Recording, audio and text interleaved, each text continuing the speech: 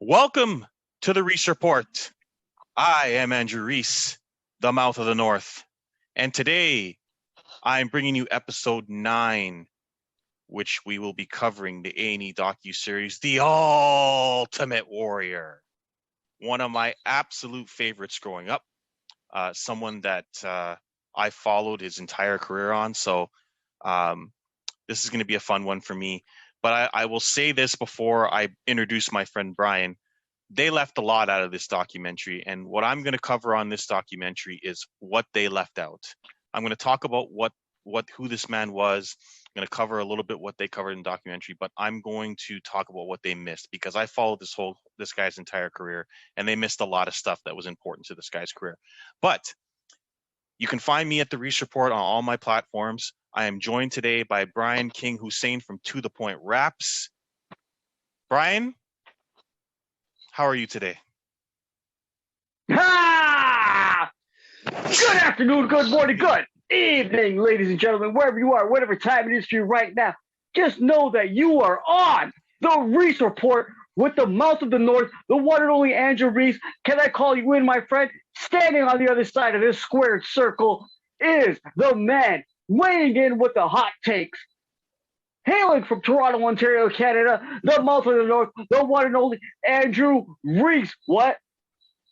You guys know where to find me, King Hussein, on all social media platforms. You know, normally we'd be here with Reece talking about basketball with my cohort, Skip, SimonBroder.com, Amazon.ca. Go find his book. You guys can find us collectively, To The Point, Instagram, Facebook, To The Point Raps on Twitter, YouTube.com, To The Point Podcast. Drew, I gotta say, man, this is awesome being back on here with you. Am I gonna get an award at some point for being on your show the most? Like, I don't know. I'm gonna get some Grammys. We'll Grammys see how like popular, this guy. We'll see how popular we get. I don't know. Maybe get an Oscar like that guy. I don't know. Yeah. Right? We can maybe see. So we're here talking about the A&E biography series, and Reece, who are we talking about tonight? We're talking about the Ultimate Warrior, Jim Hellwig. James Brian Hellwig. Yes. Can we just say that? Yes. Guy. Thank you. Shout out to Richie. You already know who he is. Yes. So we're going to start this off. Brian is going to cover the Warrior's career before he became a WWF superstar. So Brian, the floor is yours. Oh man, in the Continental Wrestling Association, where they originally had him as the name Jim Justice, which is kind of weird because we all know Sid Justice, if we're all wrestling fans out there. Yeah. Right? What was cool was they had him hooked up with Steve Borden. Who's that? Who's that, my friend? AKA Sting. The Stinger, right? They had them as the Freedom Fighters. Those guys battle as a tag team. They had great success, which I thought was mad cool. And I do actually remember watching this as a kid in the 80s. It was mad cool, man. Mm-hmm. But then they changed his name to the Dingo Warrior, which is kind of weird. Like, I don't know, Dingo. Yeah, they Dingo, had him. like, are you Australian? Like, what's going on, man? They didn't realize that a Dingo Warrior was Australian, so everyone was like, what the hell is a dingo? But it actually didn't affect his popularity at the time. Yeah, it didn't. It didn't at all. He actually had that character and that personification to actually come out there and say all kinds of weird stuff, which we will get into when he was with Macho Man and Hogan and all that. Yeah. But he did end up cracking himself into the WWF at that time, which is now the WWE. And his biggest thing was, I don't know if you want to get into something before this, but to me, his biggest thing was the first ever SummerSlam on October 29th, 1988, where he whooped the Honky Tonk Man in, what was it, like 28 seconds or something like Yeah, that? I remember this because I was watching and Honky Tonk Man comes out without an opponent. And of course, being a kid, I wasn't smart to the business at the time. I never ever thought in my wildest dreams that Ultimate Warrior would come out as the surprise opponent and beat him in 30 seconds. But that made the Warrior that night because the crowd reaction was unbelievable to his appearance, and he basically walked in and walked out with the title in like a minute. So, Yeah. but yeah, but that also established who he was. Like this guy was not going to have like long matches. Although I will say he did have some good long matches, which we'll get into later on when he was pushed. Um, but I also want to say something early on before he came into the WWE. They established very early on that this guy was a guy who would walk out on companies and was about the money. They made that very clear all Yep. throughout the documentary.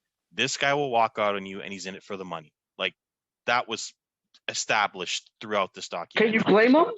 I mean, look, there are a lot of guys who are in it for the money. Hey, Kevin Nash is a great example of that. Bingo. And to say anyone isn't, would be crazy. But it's the way the WWE slants these documentaries that they make him out to be this guy who was just in it for money. Clearly he was, but I think there was more to it than that. But yes, the IC title match was, I mean, exactly what you saw. He came in to that incredible theme, which they needed to cover more because that was a big deal. And my disappointment was after that match, they almost immediately went to the title versus title, Hogan versus Warrior at WrestleMania 6. But my God, like, Well, I want to ask you about that. yeah, You were there. yeah, I was there, and I was watching it on City Pulse because it was live on City Pulse. yeah, it was the first. You Torontonians, you guys would know about that. Channel 24, you guys know what it is. But you were actually there, my man. What was the energy like? Like, this is what I want to ask you. Like, Yeah, once you see the Warrior run down that aisle, down the Sky Dome, yeah, holy crap, man! it was my first ever show. I think I was 12 years old. It was my first ever major WWF show that I went to. I was very excited about the Warrior, but I was also sad that Hogan might lose. So I was very conflicted. I mean, I remember having a Hogan #1 sign on one hand, and I had the Warrior hand on the other side. So I really, you were such a fanboy. I mean, I was such a fanboy, right? I even had the world title around my waist, and I didn't know which guy was going to get it. And but before I talk about that, like, I was so disappointed watching this documentary that they did not show any of his promos. Like, oh, they didn't. This guy's entire career was they made showed his on failed promos, which pissed me off. Yeah, sorry, I can't. Can I say that word on your show? Yeah, it really got me upset. Like, okay, they want to say that his promos were crazy and he didn't know what he was saying. They want to insult him like that, but believe me when I tell you, this guy's career was not just made by Vince McMahon. Okay, granted, he was not a great worker, but his promos are what got me into him as a child. I loved his promos. I all I wanted to do was I wanted to hear this guy talk, as crazy as he sounded, and I was very disappointed that they did not cover any of his promos. To me, that was as much led to his success than just Vince McMahon creating him and pushing him to the top. So the promos before this match with Hogan were unbelievable. Some of these promos, I wish they were covered. Like, I remember one day we was talking about Hogan going into a nosedive when he comes to Mania in an airplane. Just elephant promos, just total insane promos leading up to this. But a motivated Ultimate Warrior was a very good Ultimate Warrior, and he was great going right into this match. So this is the culmination. Now, I was like, okay, if I was older, I would have said Warrior has to win this match, but I didn't know. Hogan was on top for so long. So I get there and it felt like a match that went on forever because I was there live. And they did the clothesline spot, they did the bear hug spots, they did the big man strength spots, and This was a yeah. very, very where they good grab match. each other's hands and they just like, Yeah. oh, that was so This good. this was a very, very good match, and it makes me think when they do stuff now where they have 3-minute matches with Goldberg and Brock Lesnar, how disappointed I am with today's wrestling. These two are not the greatest workers in the world, but they went in there and had a 25-minute match, and it had everything, and it was great. Yep. I thought this was, maybe outside of Macho Man and Rude, I thought this was the Warriors' best match. It's the one I remember, and he takes the leg drop from Hogan, he kicks out and does the Warrior Hulk up spot, and the only disappointment was at the end when he did cover Hogan kicked out after 3, which bothers me today. Maybe I didn't think about it when I was a kid, but it bothers me today watching it back. So Warrior wins both titles. He celebrates. Everyone's going crazy. But there were a lot of people in the crowd crying because there were a lot of Hogan fans that were not happy in the crowd. And a part of me was upset too. I kind of had a little tear in my eye, but I was really happy Warrior won. But then Hogan, they do this exit with him, like leaving the arena with his head down, and they set it up almost for people to feel sorry for him, which was very disappointing. What did Hogan say on the series when he said people were more looking forward to him leaving than Warrior actually celebrating, which is kind of rude and disrespectful when it comes from Terry Bollea. Yeah, Hogan was the master at getting himself over even when he lost. I mean, you can look at any match he's been in his career. That's what he was great at when he lost, and that's why he lasted so long. So he wins the title, and the way that they talk about this after he wins the title is like it was downhill from there. And I will say this, yes, the pressure got to the Warrior, but the way they booked this guy after he won the title was ridiculous. They put him in feuds with Rude that he already beat. They put him in a feud with Papa Shango, with the stupid, idiotic. They didn't show this, but the stupid, idiotic Papa Shango feud, which they should have shown, where goo is coming out of his head. They completely killed the mystique of the Warrior when they did that. So of course he had a very underwhelming title reign, and then the way they made him lose it to Sergeant Slaughter was really bad because then Hogan got the belt back. That was absolutely disgusting. So very disappointed. That was very horrible. But the way they acted, it was like all Warrior's fault, and it was all him. That's the reason why he was a bad champion. No, Vince McMahon did not book him well, and he was not treated as the real champion. They were still, looking at Hogan and worried about him. You know what I'd like to say about that is what they showed on that docu-series in that specific episode about the Ultimate Warrior was, again, Drew, how many freaking wrestlers have we covered out of this docu-series? And it all boils down to the same thing. Steroids. Drug abuse. Yeah, steroids. Drug abuse. Something, and that's what they wanted to focus on.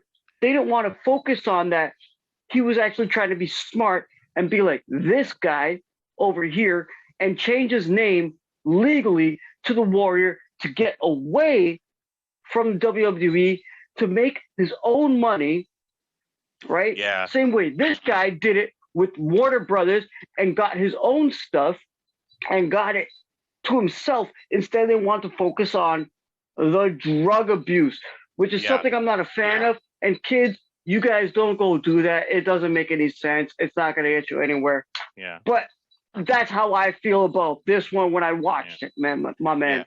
Yeah. They mistreated him.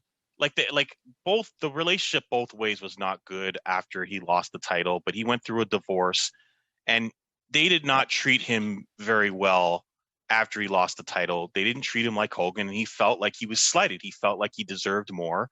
And this is what led to the many walkouts and the many fights and the many firings that happened over the next 3 years. He came back like 3 times and was fired. When he said he wanted to get paid like Hogan.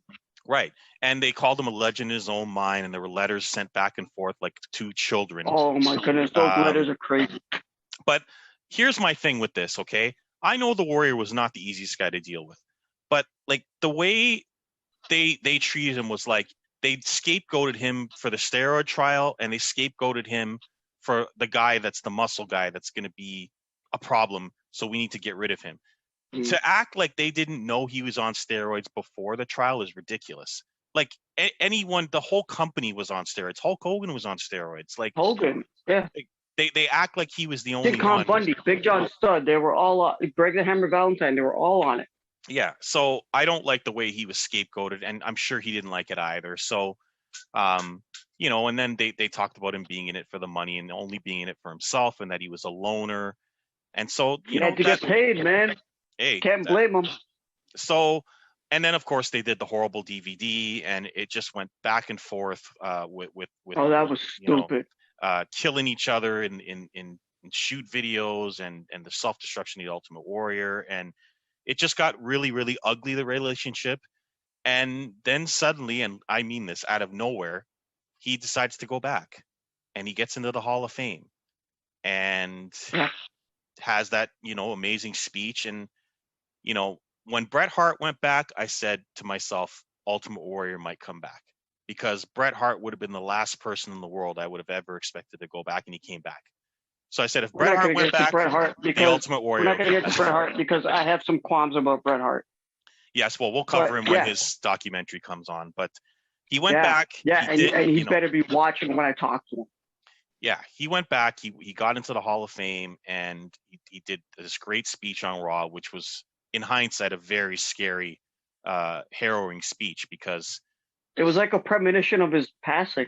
It's almost like, I hate to say this, but it's like he knew he wasn't well, and he knew something was wrong. Like it's almost like he knew he was going to die, because if you listen to that speech on Raw, it's just it's sort of like a musician who does a song before they die, and they know they're going, like Queen doing Bohemian Rhapsody. It's like he knew he was going to leave soon.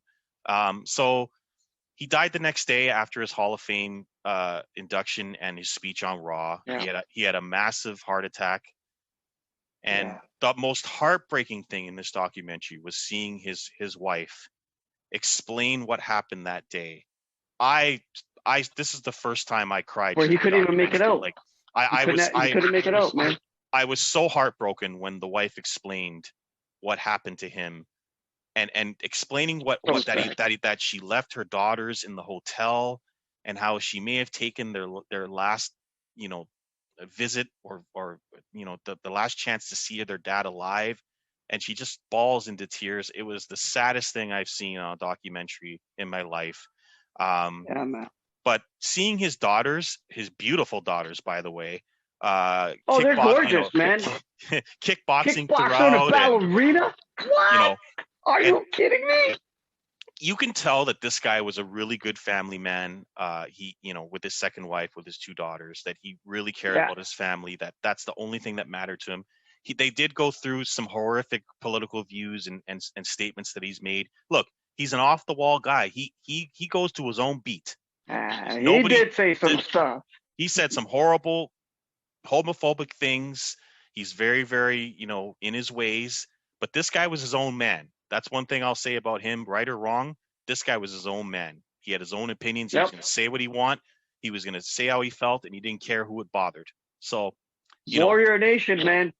You could say that about Donald Trump. So, this is forget that. Forget Agent 45. So, I don't want to talk about it.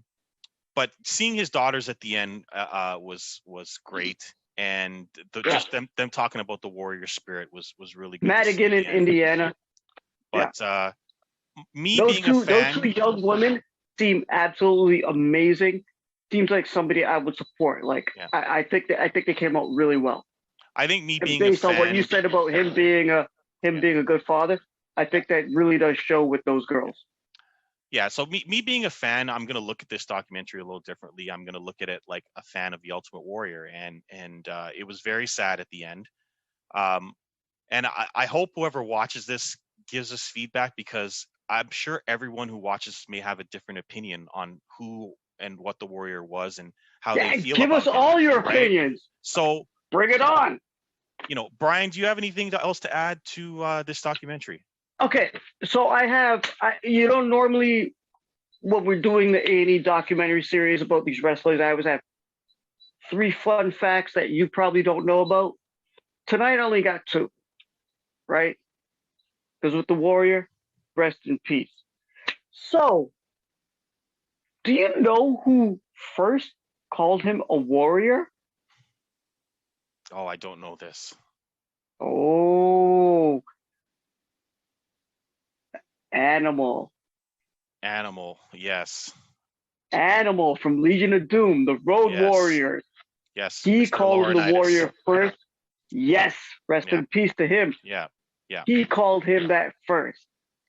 Yes. Which when I found this out, it was crazy. It blew my mind. I couldn't Yeah. believe it. Yeah. Yeah. You want to hear my second? Yeah. Do you want to know what the Ultimate Warrior's first WWF in-ring loss? Do you know who it was to and when it was? I don't know this. It was to Rick Rude. Yeah, I didn't know that. December 28th, 1987. Yeah. How Amazing. about that? He had a very, very quick rise, the Ultimate Warrior, and you could kind of say maybe it was too much too soon. You could say that, you know.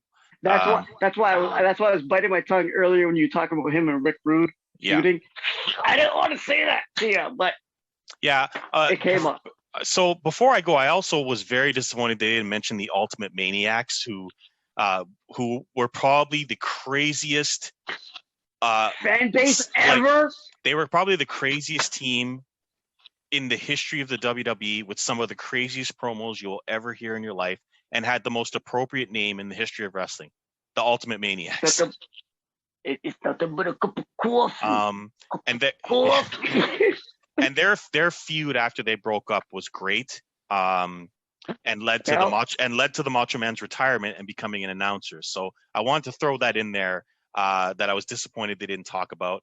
But that's what we think about this documentary. And guys, like, this is one that I hope everyone watches and gives us our feedback on, because I think everyone will have a different view on how they feel about the Ultimate Warrior, based on being a fan, or based on how you are now as a person, maybe watching it differently with a different lens.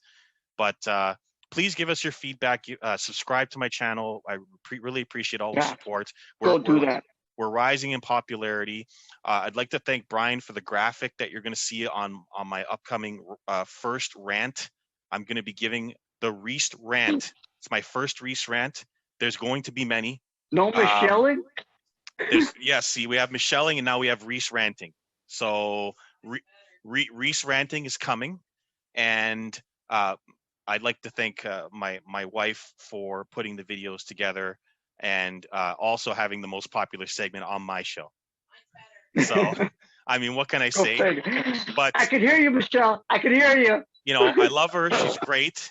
And now I'm going to try to match her by coming out with my ranting videos, which I think people are really going to like. All right. So, Brian, I appreciate you coming on the show again. Everyone, please subscribe. Thank you. Please watch this video. Give us your feedback. We really appreciate all the support. We want to try to continue to grow this and enjoy this and have a lot of fun with it. And believe me, when you watch my next couple of videos, you're going to love what I'm going to have to say. So, Brian, you want to take us out? Again, it's a pleasure being on your show, man. I love what you're doing. I love where you're going. I love everything about it. You know, I love even where your wife's mentality is when it comes to taking care of your show. You know, I love watching your kids' Facebook posts when he's playing in the water and all that stuff, man. You know, myself and Skip, normally we'd be doing To The Point podcast with Andrew Reece, but I'm here with the one and only Andrew Reece, the biggest mouth in the North, the undisputed mouth in the North. On behalf of myself and Andrew Reece, good afternoon, good morning, good evening, good night.